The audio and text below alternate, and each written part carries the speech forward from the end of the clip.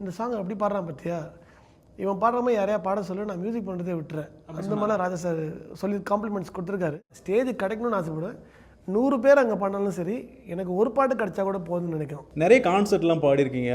உங்களுக்கு ஸ்டேஜில் போயிட்டு டிசப்பாயிண்ட் பண்ண மாதிரியான விஷயங்கள் எதாவது நடந்திருக்கா உங்களுக்கு? நிறைய அந்த மாதிரி நடந்திருக்கு. அதில் ராஜா சார் கூட நாங்கள் முதல்ல கனடா போனோம்.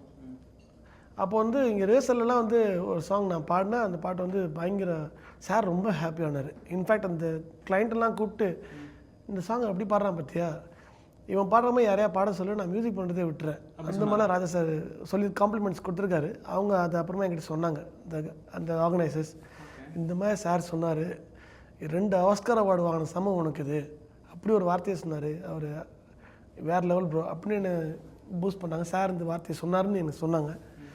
அந்த மாதிரி ஒரு அந்த மூமெண்ட் இருந்துச்சு.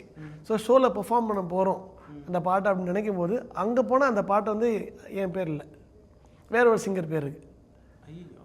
ஓகே, அந்த ஒரு பாட்டு தான் நாங்கள் ஸ்டேஜில் பாட போகிறேன், அந்த பாட்டும் இல்லை அப்படின்னு ஆயிடுச்சு. ஆனால் அது அப்புறமா சாருக்கே தெரிஞ்சிச்சு. ஸ்டேஜுக்கு போனதுக்கப்புறம் தான் அங்கே பார்த்தா நீ பாடலையா அந்த பாட்டு அப்படிங்கிற மாதிரி அவருக்கு தெரியல. Something happen, some other singers பாடினாங்க. I don't want to mention the name. பாடி முடிச்சதுக்கு அப்புறமா, ஷோ முடிச்சதுக்கு அப்புறமா நான் ரொம்ப வெக்ஸ் ஆகிட்டேன். Disappoint to the core. முன்னாடி 40,000 பேர் க்ரௌட் உட்காந்துருக்காங்க கேனடாவில் ஃபஸ்ட் டைம். அப்போ வந்து ஸ்டேஜ்லேயே சார் எல்லோரையும் அனௌன்ஸ் பண்ணார். எல்லோரையும் அனௌன்ஸ் பண்ணிருக்கும்போது சத்யன் பாடகர் அப்படி சொன்னோன்னே எல்லோரும் கை தட்டினாங்க. உங்களுக்கே தெரியும் அப்படின்னு சொல்லிட்டு ரொம்ப அற்புதமாக பாடுவார். இன்றைக்கி சந்தர்ப்பஸ்தலாக இருக்குது, பாட்டு கிடைக்கல அப்படின்னு சொல்லிட்டு இப்போ மூவ் ஆன் ஆகிட்டார்.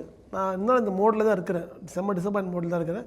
நான் மட்டும் அந்த மோடில் இல்லை, என் கூட இந்த அத்தனை சிங்கர்ஸுக்குமே, அந்த கூட பாருந்த கோ சிங்கர்ஸ், ஆர்கெஸ்ட்ராக்காரங்க எல்லாருக்குமே அந்த எதிர்பார்ப்பு இருந்துச்சு, நான் அந்த பாட்டை பாட போகிறேன், பயங்கர ஃபயராக போகுதுன்னு. ஆனால் அது இல்லைன்னு ஒன்று எல்லாருமே அதை ஃபீல் பண்ணி என்கிட்ட வந்து சொன்னாங்க, என்னாச்சு இந்த பாட்டு ஏன் அப்படின்னு இருக்கேன். ஓகே, அப்புறம் ஷோ அந்த அன்றைக்கி நைட்டு நாங்கள் சாப்பிட உட்காந்துருக்குறோம், நாங்கள் சிங்கர்ஸ் எல்லோரும். நான் அந்த மோடை விட்டு எப்பவுமே நான் வந்து கொஞ்சம் நேரத்தில் அந்த மோடில் இருப்பேன். அப்புறமா அதில் மூவ் ஆன் ஆகிட்டு போயிட்டே இருப்பேன். அது நேச்சுரலி எனக்கு வந்துருச்சு. I am blessed. அப்போது சாப்பிட உட்காந்துருக்கும் போது நான் ஜாலியாக உட்காந்து சாப்பிட்டுட்டு இருந்தேன். ராஜா சார் கொஞ்சம் தூரத்தில் உட்காந்துருந்தார். சத்யனை கூப்பிட்டாரு. சார் எழுந்து போனேன், அப்படியே அந்த கையை மடக்கிட்டு போனேன். நான் சாப்பிட்டுட்டு இருந்தேன். டக்குன்னு போனேன். இன்றைக்கி அந்த பாட்டு ஒன்று கிடைக்கல, மன்னிச்சிடுன்னு. நம்ம அங்கேருந்து நேராக நியூ ஜெர்சி போகிறோம். நியூ ஜெர்சியில் அந்த பாட்டு நீ தான் பாடணும், மன்னிச்சிடு அப்படின்னு சொன்னேன், தப்பாக எடுத்துக்காரு அப்படின்னு சொன்னார். எனக்கு மாறி ஆகிடுச்சு. அப்போ தான் எனக்கு உடம்புலாம் அது மாதிரி சில்லுன்னு ஆகிடுச்சு. யார் என்கிட்ட இந்த மாதிரி பேசுகிறது அப்படின்னு யோசிச்சுருந்தேன். யாரோ ஒருத்தர் கிடையாது பேசுனது. எனக்கு தப்பாக தவறாக எடுத்துக்காத, என்னை மன்னிச்சிருந்து இந்த வார்த்தைலாம் ஏன் அவர் சொல்லணும்? அப்படின்னா அங்கே ஏதோ ஒன்று நடந்துருக்குது அவருக்கே தெரியாமல். நியூ ஜெர்சிலையும் அதே ட்ராமா நடக்க ஆரம்பிச்சிது. அப்போ சார் வந்து பாதிலே ஸ்டாப் பண்ணி, இவன் சத்தி நீ ஜாயின் பண்ணிக்கோ. அவரால் அவாய்ட் பண்ண முடியல அந்த சிங்கர்ஸை. சத்தி நீயும் ஜாயின் பண்ணு, நீ பாடு அப்படின்னு சொல்லி என்னையும் கூட ஜாயின் பண்ணி சொல்லி அந்த பாட்டை பாட சொன்னார். அந்த மூமெண்ட்ஸ் எல்லாம் அதெல்லாம் மறக்க முடியாது. அதாவது இதெல்லாம் நடக்க தான் செய்யும். இளையராஜா ஸ்டேஜில் வந்து என்னென்ன பாட்டெலாம் நீங்கள் பாடிருக்கீங்க? அவர் அப்ரிசியேஷன் பண்ண பாடல்கள்லாம் இருக்கும்ல, என்ன பாட்டு பாடினீங்க ஸ்டேஜில்? மேபி எங்களுக்கு தெரியாமல் இருக்கலாம். என்னென்ன பாடலாம் பாடிருக்கீங்க நீங்கள்? அவரோட கான்சர்ட்ஸில் மோஸ்ட்லி எல்லாம் லெஜெண்ட்ஸ் பாடின பாட்டுங்க தான். நான் ஒன்றும் பெருசாக பாடல. எல்லா பாட்டுமே மோஸ்ட்லி எனக்கு திடீர்னு கொடுப்பாரு சார். இப்போது ரிஹர்சலில் கூட பார்த்தீங்கன்னா வேறு யார் சிங்கர் பாடினா கூட அங்கே ஸ்டேஜில் ஷோவில் வந்து அந்த சிங்கர் பாட வந்தாலும் கூட சார் வந்து நீ வேணாம் சத்தி நீ வந்து பாடு அந்த மாதிரிலாம் சொல்லுவார். ஸோ அந்தளவுக்கு கான்ஃபிடன்ஸ் உண்டு. எனி சாங் அவரோட கம்போசிஷனில் எனி சாங் திடீர்னு பாட சொல்லுவார். நானும் அதுக்கு ரெடியாக தான் இருப்பேன். இன்ஃபேக்ட் அந்த நான் பிறந்து வந்தது ராஜவம்சத்தில் ஒரு சாங் கம்போஸ் பண்ணுவார். அது ஃபுல் அண்ட் ஃபுல்லாக ஹியூமன் வோக்கல்லே இருக்கும். அந்த பாட்டுக்கு எல்லோரும் நோட்ஸ் வச்சு பாடுனுக்கும் போது நான் நோட்ஸ் இல்லாமலே அப்படியே பாடினேன். நீ நான் நோட்ஸ் எல்லாம் பாடுனுக்கிற அப்படின்னு கேட்பார். ஏன்னா ரொம்ப கஷ்டம், இண்டிவிஜுவலாக தனித்தனி போய்க்கணும். சார் மனப்பாடாச்சு சார் அப்படின்னு சொல்லிட்டு நான் எல்லாத்தையும் மனப்பாடம் பண்ணிட்டு பாடுறேன் அந்த மாதிரிலாம் கிண்டல் அடிப்பார். எல்லா பாட்டுமே இருக்கும் சார். எனக்கு அப்படி பர்டிகுலர் சொல்ல தெரியல. ராஜா கைய வச்சா போட்டு வைத்த காதல் திட்டம், அதே போல் உல்ட்டாவாக அப்படியே மயங்கினேன் சொல்ல தயங்கினேன் உன்னை விரும்பினேன் உயிரே, இந்த மாதிரி ரொம்ப அண்டர்ரேட்டடான சாங் எங்களுக்குலாம். அந்த பாட்டு கொஞ்சம் மயங்கினேன் மட்டும் பாடுங்களேன். வாடை காலமும் நீ வந்தால் வசந்தமாகலாம், கொதித்திருக்கும் கோடை காலமும் நீ வந்தால் குளிர்ச்சி காணலாம், தன்னாலே தனிமையே இந்த இளமையே இந்த இளமையே கொடுமை, அந்த நாளை எண்ணி நானும் அந்த நாளை எண்ணி நானும் வாழ்கிறேன். இளையராஜா கூட அதுக்கப்புறம் கான்டாக்ட்லாம் இருந்ததா? எப்படி போயிட்டுருக்கு? அந்த இல்லை, நான் நிறைய கான்சர்ட்லாம் பண்ணிகிட்டு இருக்காங்க. ஏன் அது எதனால்? அது நான் அந்த விழித்திருக்கும் படம் மியூசிக் பண்ண ஆரம்பித்தேன். அப்போது வந்து அதுக்கு முன்னாடி சில அங்கே இன்டர்னலாக குட்டி குட்டி பாலிட்டிக்ஸ்லாம் நடக்குங்க. எனக்கு அது பிடிக்காது. அது என்னை ஹர்ட் பண்ணும். எனக்கு வந்து அந்த மாதிரி சூழ்நிலையில் எனக்கு இருக்கவே பிடிக்காது. சரி, மேபி அது எதனாலன்னு நடக்கலாம். என்ன டார்கெட் பண்ணி ஒதுக்கணுங்கிறது யாரோட எண்ணமும் கிடையாதுங்கிறது நான் லேட்டாக புரிஞ்சுக்கிட்டேன். அது வந்து அவங்களுடைய சர்வைவல் ஸ்பாட், அவங்க நிற்கணும் முன்னில் வரணும்னு அவங்களுடைய ஏக்கமாக இருக்கலாம், செல்ஃபிஷாக இருக்கலாம், எந்த லாங்குவேஜ்னா அது போட்டோம். ஸோ அதனால ஒருத்தர் பாதிக்கப்பட்டாங்கன்னா அவங்க யோசிக்கலை. அதனால வந்து அந்த மாதிரி சூழ்நிலையில் எனக்கு இருக்க பிடிக்காது. நான் வெளியே வந்துடுவேன். ஸோ அதனால தான் முதல்ல வெளியே வந்தேன். எனக்கு அந்த கம்ஃபர்ட் ஜோன் இல்லைன்னா பாடணுங்கிற ஒரு பியூரான ஒரு விஷயத்தில் மட்டும்தான் நான் அங்கே இருக்கிறேன். பெருசாக பேர் சம்பாதிக்கணும், பணம் சம்பாதிக்கணும்லாம் அங்கே கிடையாது. இன்றைக்கி நான் பாடணும், அவர் முன்னாடி பாடணும், அவ்வளோதான் எனக்கு ஆசை. அதே ஆசை தானே எல்லாருக்கும் இருக்கும். ஸோ என்னை பாட விட்டு அவங்களுக்கு வேடிக்கை பாடணும், அவங்களுக்கு காசு இருக்குமா? ஸோ அதில் சில விஷயங்கள் நடக்கும். வேணாம், நீங்களே பாடுங்க, நான் வெளியே போகிறேன்னு சொல்லிட்டு நான் வெளியே வந்துட்டேன். அந்த மாதிரி தான் நான் எப்பவுமே எல்லா இடத்துல அப்படி தான். எனக்கு ஓடி போயிட்டு மைக்கை பிடிச்சிட்டு அந்த மாதிரிலாம் அலைய மாட்டேன். ஸ்டேஜ் கிடைக்கணும்னு ஆசைப்படுவேன். 100 பேர் அங்கே பண்ணாலும் சரி, எனக்கு ஒரு பாட்டு கிடச்சா கூட போதும்னு நினைக்கிறோம். அந்த மாதிரி தான் நான் நினைப்பேன். பட் அதுக்கும் நான் வெயிட் பண்ணுவேன். நீங்களே என்னை கூப்பிட்ற வரைக்கும் நான் வெயிட் பண்ணுவேன். இது இப்போ வரைக்கும் நான் மெயின்டைன் பண்ணுவேன். நான் போயிட்டு முந்தி அடிச்சுட்டு நான் பாடுறேன் செய்கிற ஆள் கிடையாது. ஸோ அந்த சூழ்நிலையில் நான் இருக்க மாட்டேன். விலகி ஒதுங்கி நிற்பேன். இப்போது மியூசிக் டைரக்டராக நீங்கள் ஒரு நெக்ஸ்ட்டு இதுக்கு வந்துட்டீங்க.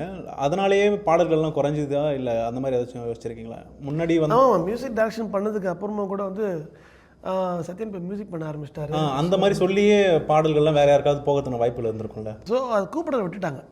அதுதான் உண்மை. அது எனக்கு கேட்டு, நீ மியூசிக் பண்ண ஆரம்பிச்சிட்ட, சத்யன் மியூசிக் பண்ணுறாரு, ஸோ மேட்டு வரமாட்டார், பாடுறதுக்கு கோரஸ்க்கு இதுக்கெல்லாம் வரமாட்டாருன்னு அவங்களே டிசைட் பண்ணிட்டாங்க.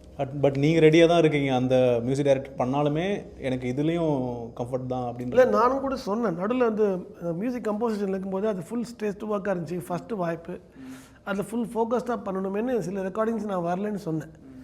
அதனால அதை அவங்க பிடிச்சிக்கிட்டாங்க. இனிமேட்டு வரமாட்டார் போல இருக்குது.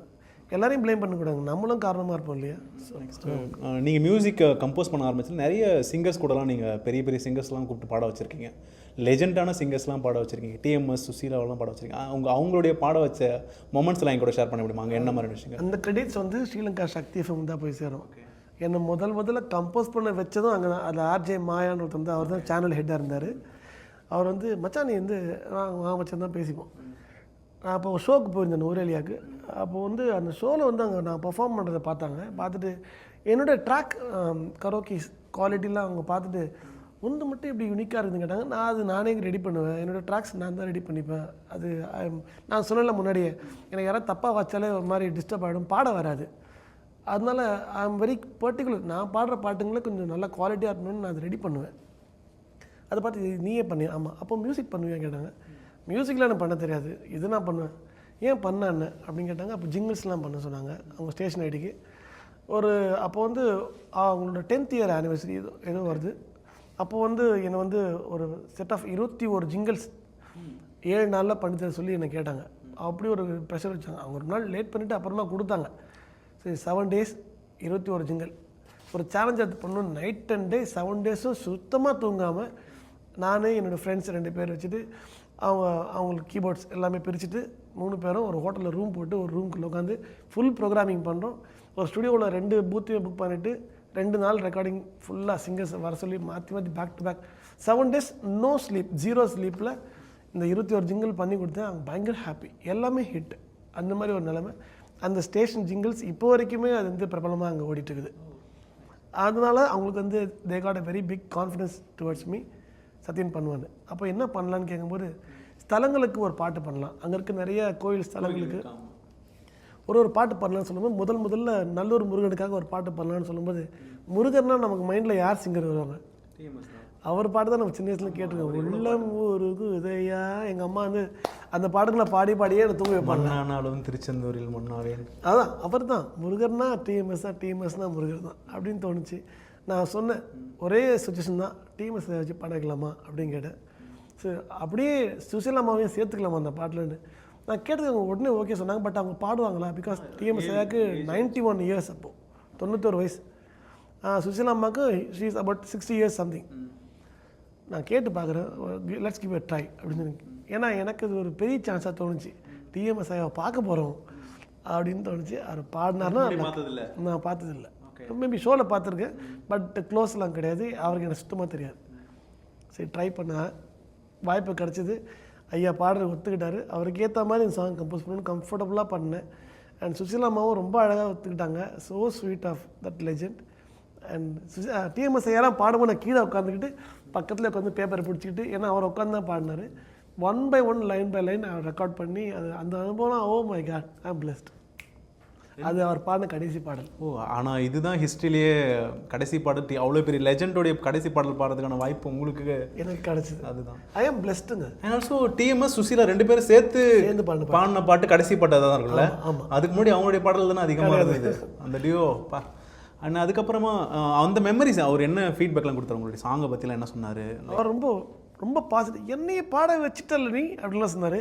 நான் அப்போ ஒரு லைட்டாக சுதி விலகிச்சா வயசு, அந்த வயசுனால ஐயா அந்த அந்த சுதி லைட்டாக போதும் ஐயான்னு சொன்னேன். சுதியை பற்றி என்கிட்டே சொல்கிறேன், சுதி தாளங்களோட விளையாடணும் ஐயாண்ணா அந்த மாதிரிலாம் சொல்லிட்டு ஃபன் பண்ணிவிட்டு ஜாலியாக சுதி தாளங்களோட விளையாடணும் ஐயாண்ணா அதெல்லாம் சொன்னது எனக்கு இன்னும் மைண்டில் ஓடுது. சரி என்ன பண்ணணும் சொல்லு அப்படின்லாம் கேட்டார். லைட்டாக சரி மொத்தமோர் போகணுமா? போகலாம் சார் அந்த மாதிரி. சுசீலா அம்மா என்ன சொன்னாங்க?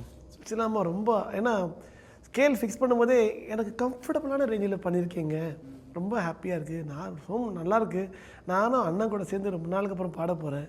அவங்க ரொம்ப எக்ஸைட்மெண்ட்டோடு பாடினாங்க. பாடினதுக்கப்புறமும் எங்களை பேசினாங்க, ரொம்ப அழகாக வந்திருக்கு, அந்த பாட்டை எப்போ எங்களை கொடுக்க போகிறீங்க அப்படிலாம் கேட்டுன்னு இருந்தாங்க. அந்த மாதிரி ஸோ ஸ்வீட். அண்ட் எல்லாரும் அம்மாலாம் பாடினாங்க. எல்லாரும் அம்மா வந்து ரொம்ப அப்ரிஷியேட் பண்ணாங்க. அது என்னோடய பாட்டே இன்னும் ரீக்ரியேட் பண்ணி போட்டுட்டு புதுசாக பக்தி பாட்டே வராத மாதிரி ஒன்று பண்ணிடுறாங்க. ஆனால் நீ வந்து என்னோடய ஃபீலும் இருக்கணும், அட் த சேம் டைம் புதுசாகவும் இருக்கணும்னு அழகாக ப்ரொடியூஸ் பண்ணிருக்கேன் சாங்கை.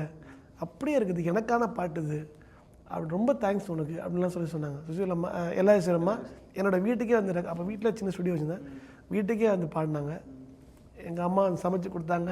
எங்கள் அம்மா பயங்கரமாக பாடுவாங்க இல்லையா, எல்லாரும் அம்மா மாதிரியே பாடுவாங்க சார். 2 பேரும் மாற்றி மாற்றி பாட்டு பண்ணியிருந்தாங்க. அப்போல்லாம் இந்த மாதிரி மொபைல் எடுத்து ரீல்ஸ் போகிற படக்கலாம் நமக்கு கிடையாது. இருந்திருந்தா என்ன ட்ரெண்டாக இருக்கும், எடுக்கவே இல்லை. எஸ்பிபி அவர்களையும் நீங்கள் பாட வச்சுருக்கீங்க, அந்த அனுபவம் எப்படி இருந்தது? அகைன் அதுவும் சக்தி எஃப்எம்முடைய இன்னொரு ஸ்தலத்துக்காக பண்ண திருக்கேதீஸ்வரம், அந்த ஸ்தலத்துக்காக ஐயாவை பாட சொல்லி செக் பண்ணோம். அவர் அப்பாயின்மெண்ட் கிடச்சிது. அண்டு கம்போஸ் பண்ணி சூப்பரான சாங், ரொம்ப பிடிக்கும். அவருக்காகவே அந்த பாட்டை பண்ணணும்னு தோணுச்சு. நான் அது ஒரு பழக்கம், சிங்கரை நீங்கள் முன்னாடியே சொல்லிட்டீங்கன்னு சொன்னால் அவங்களுக்கு ஏற்ற மாதிரி நம்மளுக்கு மைண்ட் ஐடியா கொஞ்சம் அவங்களுக்கு ஏற்ற அவங்க வாய்ஸ் ரேஞ்ச் என்ன, அவங்க பாடம் எது இன்னும் எலிவேட் ஆகும் அப்படின்னு புரிஞ்சுட்டு நான் பண்ணுவேன். Because I know them. அதனால் ஸோ சாருக்கு பண்ணேன். அவர் வந்து ரெக்கார்டிங் அப்போ லிரிக்ஸ், நான் எப்பவுமே அவருக்கு ஒரு பேட்டர்ன் உண்டு, நீங்கள் லிரிக்ஸ் கொடுத்துடணும், ரெக்கார்ட் பண்ணி கொடுத்துடணும். அவர் அது ஒரு 5 minutes டைம் எடுத்துப்பார். நம்ம வெளியே போய்ட்டு அவர் பாட்டு கேட்டுட்டு அதுக்கு ரெடி ஆகிட்டு டேக் போகலான்னு சொல்லுவார். டேக் போனால் அது ஒரே டேக் தான். ஒரு மானிட்டர் சும்மா செக் பண்ணுவார், சவுண்டு வரலாம், ஓகே டேக் பண்ணலாமா அப்படி கேட்பார். ஓகே டேக் பண்ணால் ஒரே டேக் தான். ஒரு இடத்துல நான் வந்து அங்கிள் இந்த மாதிரி இது இப்படி பண்ணலாமா அங்கிள் அப்படின்னு கேட்டேன். ஏன் அது இப்படி பண்ணால் என்ன அப்படின்னு கேட்டார். ஓகே அங்கிள் நீங்கள் சொன்னால் சரி தான் அப்படிங்கிற மாதிரி தான் நான் போனேன். ஏன்னா அது ஆல்ரெடி அது 200 மார்க் அந்த பாட்டுக்கு. அவர் பாடும் போதே அது பயங்கர ஜஸ்டிஃபிகேஷனாக இருந்துச்சு. It's a great blessings, again it's a blessings.